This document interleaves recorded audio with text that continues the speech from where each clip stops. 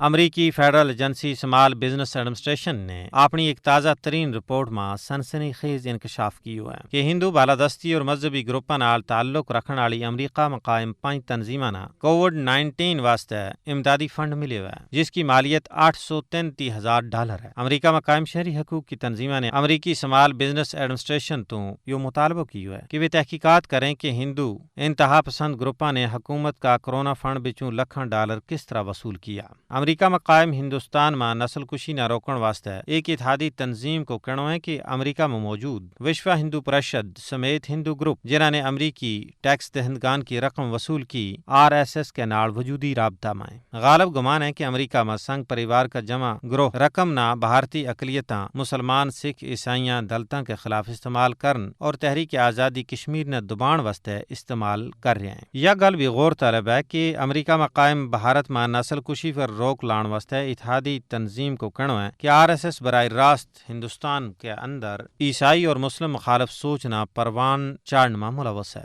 RSS Hindustan نہ ہندو امریت پسند ریاست میں بدلنا چاہ رہی ہے۔ یہ تخلیت نہ دوجا درجہ کا شہری کی حیثیت دوچار کیوں جا رہی ہے۔ امریکہ میں مقیم ہندو انتہا پسند گروہ کووڈ-19 کا نام اور امریکی ٹیکس دہندگان کو پیسوں وصول کر رہے ہیں، لیکن یہی رقم بھارت میں نفرت، ظلم و ستم، اقلیتاں اور پسماندہ طبقات کی نسل کشی پر خرچ ہو رہی ہے۔ امریکی حکومت کی حمایت والی واچ ڈاگ گروپاں کے نال دوجی انسانی حقوق کی تنظیمیں نامی امریکہ میں ہندو بالادست گروپاں کی مالی اعانت کا غلط استعمال کو سنجیدگی کے نال نوٹس لینے کی ضرورت ہے تاکہ ان ہندو انتہا پسنداں کا ظلم و جبر تو بھارت میں مسلمان اور دوجی اقلیتاں نہ بچائی جا سکے۔ یہ گل بھی قابل ذکر ہے کہ بھارت میں اس ویلے سینکڑوں کی تعداد میں ہندو انتہا پسند تنظیم حکومت کی چھائے چھتری تلے کام کر رہی ہیں جنہوں کو مقصد مسلمانہ بالخصوص اقلیتاں تو بھارت نہ پاک کرنا ہے۔ ماہرین کو کہنا ہے کہ اگر عالمی برادری نے بھارت میں ہندو انتہا پسندی کا آفریت نہ روکن میں اپنا عملی کردار ادا نہ کیو تو بھارت میں اقلیتاں کا اجتماعی قتل کو ایک نہ ختم ہونے والا سلسلہ شروع ہو جائے گا۔